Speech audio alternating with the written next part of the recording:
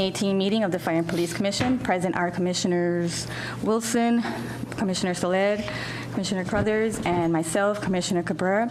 Also present are Chief Mark Rofling and Juliet Battle of the Fire Department, Chief Alfonso Morales, Chief of Staff Nicholas Desiato. Oh, he's not here? Nope. Okay. Chief of Staff Nicholas Desiato is not here. And Human Resources Administrator Arvis Williams of the Police Department. And our Executive Director, Lakeisha Butler. Ms. Butler, please proceed with the agenda. First item on the agenda is public comment. Do you know how to work this? Okay. Yes, 2 minutes. Our first public comment is from Tracis Wright of Lindsay Hall.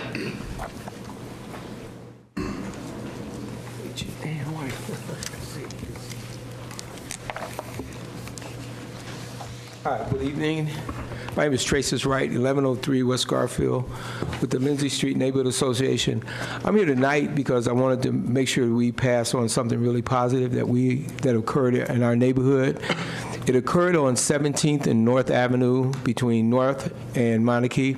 Mrs. Barnett organized, along with other residents in the neighborhood of Lindsay Heights, a trunk-or-treat event where we had cars parked and kids could trick-or-treat from the cars. And then we also had their police officer who had his trunk open giving out candy, and then we had a fire engine that was there. So there was a lot of good conversation. We had probably about 100 people. It wasn't promoted widely. It was just promoted on 17th and 18th and 16th, really, and people walked over.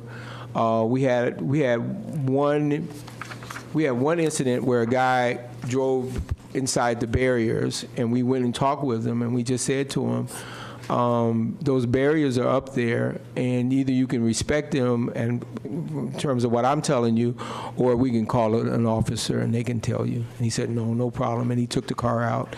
So it was kind of an example of us working together, talking to our community, talking to our residents. We had cleaned the street up the Saturday before.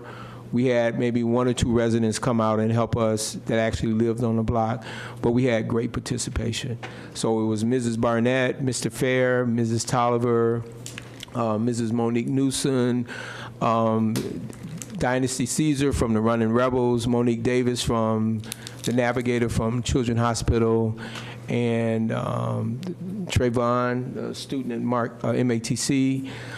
So we had a good turnout, and it was fun, and we didn't have any incidents, and so wanted to just pass that on to the commissioners, and I want to thank the 2 chiefs, the fire chief and the police chief, because we worked through their liaisons, and we were able to get them their participation.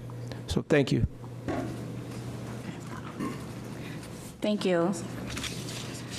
Our next public comment is from Mike Crivello of the MPA.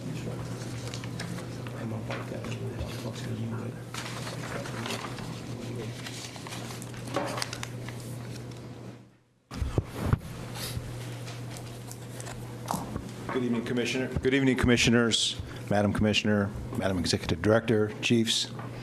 Just wanted to take a minute of your time to have a brief discussion about something that's in the budget. Oh, sorry. It reflects on the letter I sent you on September 14th.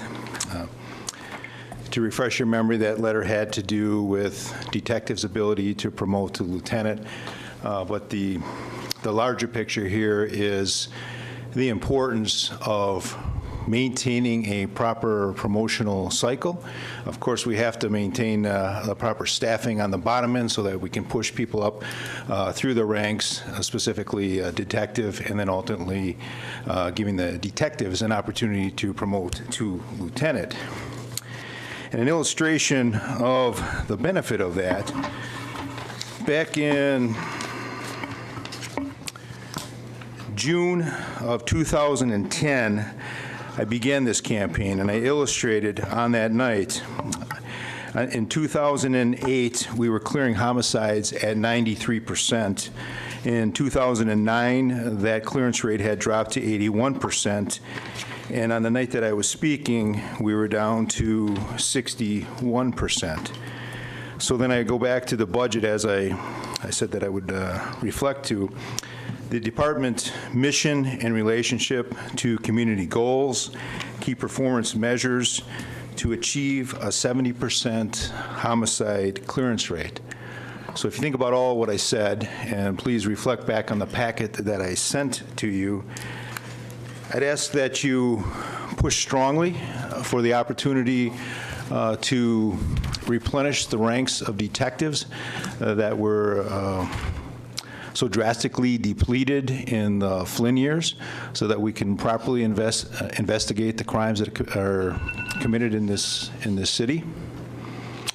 And then ultimately look at the value of those individuals who would ultimately supervise like individuals into the future, so that we can clear our homicide rates at a more respectable rate. We certainly shouldn't have a goal, and I respect the chief because he's reflecting that percentage on the amount of people that are available to do the job, but we should aspire for 100%.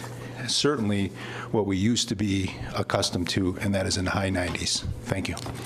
Thank you. Excuse me. That concludes our public comment section. We can now proceed to the consent agenda. I'll read off the items on the consent agenda. Any one item may be moved off the consent agenda for separate action if the board so chooses. First item on the consent agenda are the regular meeting minutes from October 18th, 2018.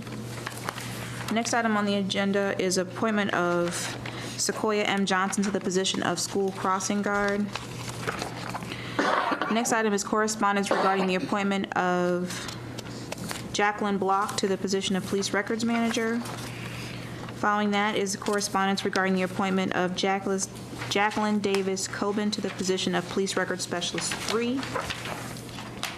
Next item is correspondence related to the appointment of Estelle L. Williams to the position of Police Record Specialist 2.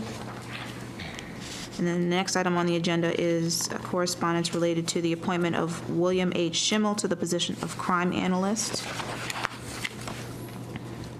Following that, we have, oh no, I'm sorry. That last one was a request to rescind the appointment of William Schimmel to the position of Crime Analyst. My apologies. Following that is notice of termination of probation employee Emergency Communication Operator 1, Nichelle L. Crawley. And then there is correspondence regarding suspension of Police Officer David C. Dowdy for a total of 8 days. And finally, correspondence from the Fire Department regarding suspension of firefighter Logan T. Deach for a period of 5 days with 2 days held in abeyance. Is there any objection to any of the items on the consent agenda? There being no objections, these items are adopted. There is no unfinished business before the board. Under new business, first is a classification report regarding the position of intelligence analyst within the police department. Good evening, Andrea Knickerbocker, Department of Employee Relations. The report before you is the classification of a new position. We're recommending the title of Intelligence Analyst in the same pay range as the current classification as Crime Analyst.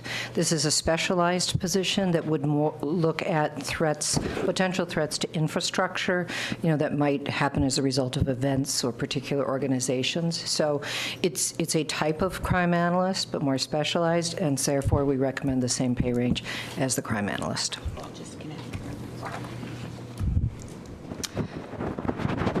Commissioners, we have a motion. So moved. Second. To what type of motion? Yeah. Oh, to approve. Thank you. Okay, it's been moved and seconded. All in favor? Aye. Opposed? Motion carries. Thank you. Thank you. Okay, next item is the FPC budget update report, which I will be giving.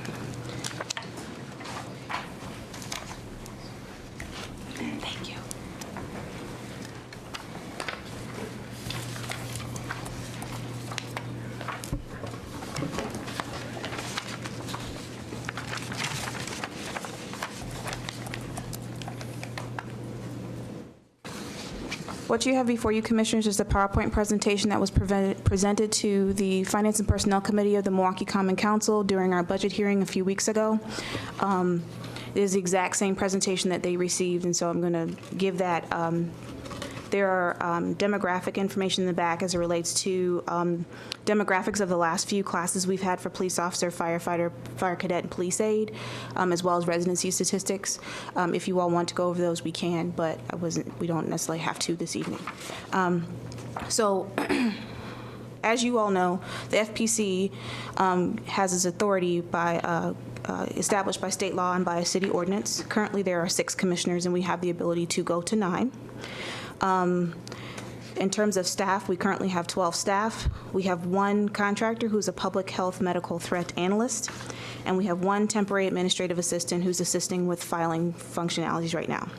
We currently have 2 vacancies in the position of investigator, one of which is going to be certified bilingual. We are currently in the process of doing the hiring for the risk manager, and then risk auditor will probably follow in early 2019 for hiring.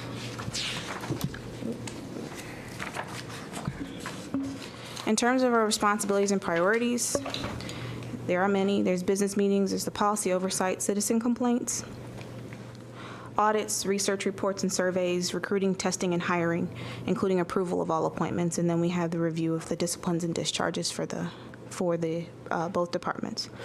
Our priorities continue to be oversight and reform, community engagement, and then achieving diversity in hiring. As you heard this evening from Mr. Tracis Wright, who heads up our Lindsay Heights group, that's one of the examples of the community engagement that we do. Mr. Wright is actually has gathered up a core group of concerned homeowners and residents of that area. He's collecting data from those and will be presenting a report to you with regard to the data he's collected, probably either late this year or early 2019 as he sums up the finality of this session of his work. We also partnered last summer with Pep Nation. Pep Nation provided programming in the parks over the summer for our youth in terms of exposing them to sports like rugby and lacrosse. He took them up to Fond du Lac to actually see rugby events and bike rides to the lake and things like that as a way to engage the youth in positive activity over the summer so that they would hopefully not engage in negative activity or crime-related activity.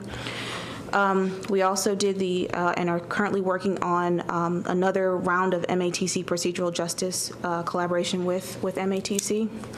And we're also have worked with the police department on doing the fleeing is a felony PSA, which has appeared on Channel 25. This next slide is just an example of some of the recruiting methods that we use, that our recruiter uses, flyers that we've created. Our recruiter actually has the ability to text back and forth with candidates, which we found to be very effective in keeping people engaged in the process. They can ask questions in real time, and she responds to them in real time. In addition, as you can see, they at various events they may go live on Facebook to show people and answer questions in real time for folks who are on Facebook. We also this year used geofencing on the internet so that we could target our advertisements of job postings. We used it most recently for emergency communications operator as a way to target potential candidates within a particular area for our job postings.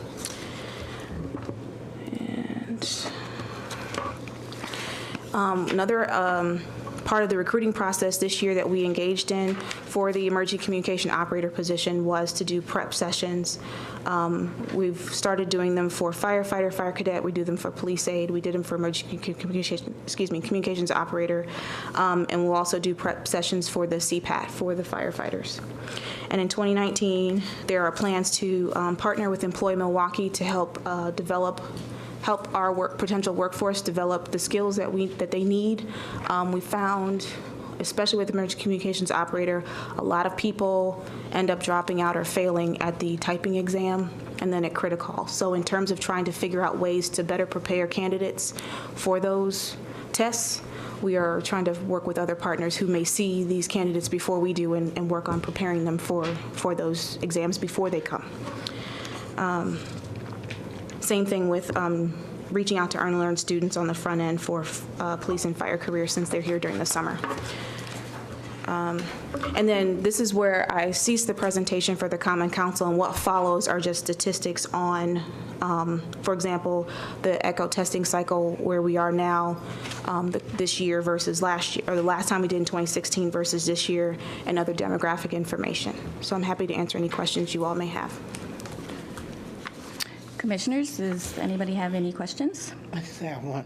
Out of these 421, only 100, was it 179 that made the list, or there were only 179 slots? No, there are 179 that made the list. We don't limit the number of people who can make it through, so we take as many as pass for each part. We don't limit it. Commissioners, does anybody else have any other questions? So in terms of the budget, is the budget flat thing again this year? Our budget numbers is a little bit more in there. We're actually carrying over a lot of money because we have not done promotional exams that were budgeted for last year and the year before. And then we had additional funds because we asked for 2 additional positions for program assistant 2s. Their salaries are around $40,000 each. So it's not a huge bump in the total number of our budget. It's still around a little over $3 million total. Thanks.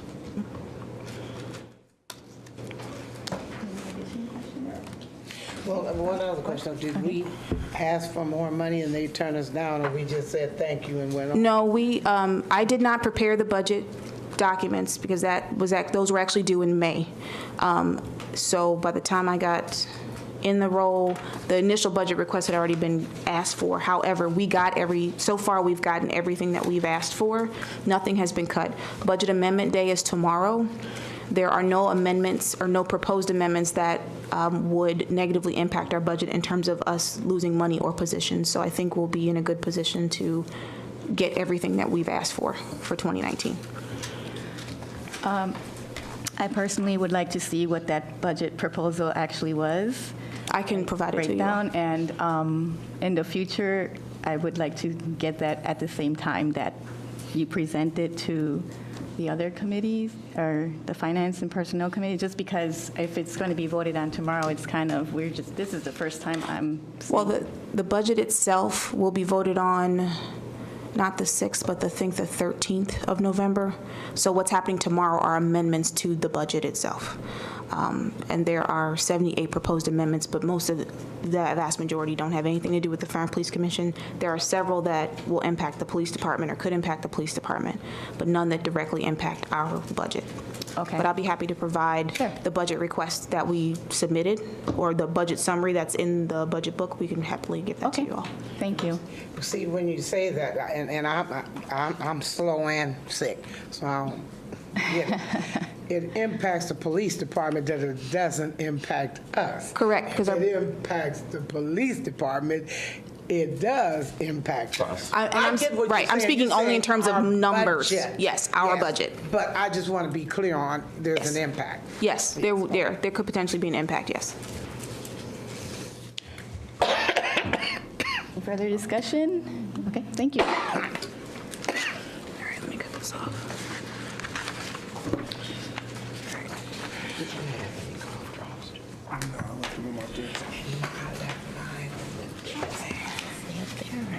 Well, I have to cut it off, so I'll go back. I thought that was going to take longer, so. Okay, there are no items under examinations. Under the fire department, we have 2 promotion requests. The first is for promotion of Stephen M. Orlowski, Orchalski, excuse me, to the position of Fire Equipment Repairer 2. Move approval. Second. It's been moved and seconded. Do we have any discussion?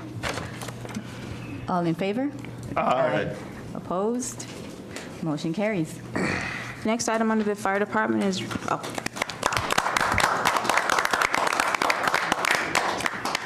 Next item under the fire department is a request to promote fire mechanic helper Judith A. Nolinsky to the position of Fire Equipment Repairer 1. Move approval. Second it. It's been moved and seconded. All in favor? Aye. Opposed? Motion carries.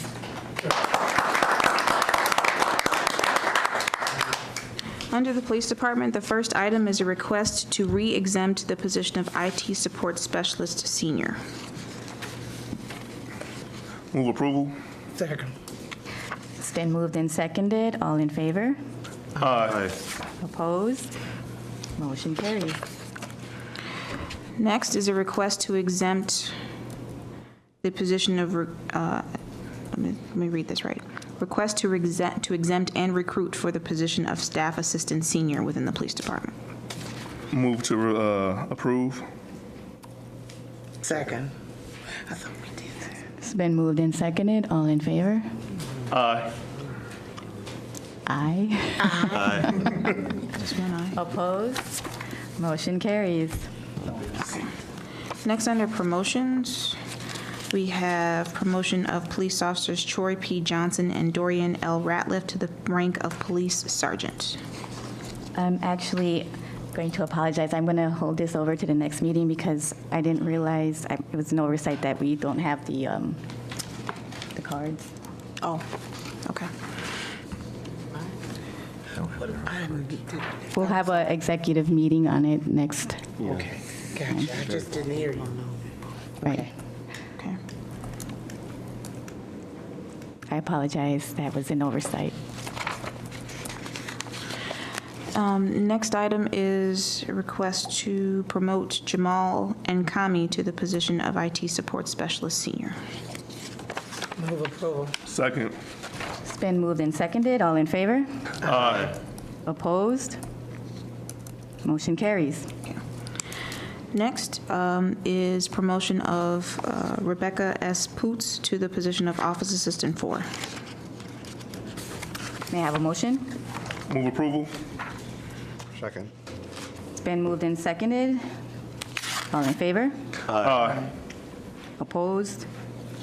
Motion carries. Next item is a request by the Police Department to rescind the SOP for nuisance property, for the nuisance property surveillance vehicle. This item is going to be referred to the research committee so that we can hear pros and cons of why this vehicle would be necessary or how it would impact the community. And the final item on the agenda for tonight is a request to approve SOP 255 related to public video surveillance cameras. Move approval. This would also be That's gonna be referred to laid the over. research committee. Move that it be laid over. Okay. And that concludes the business of the commission on this agenda. Move to adjourn. Second.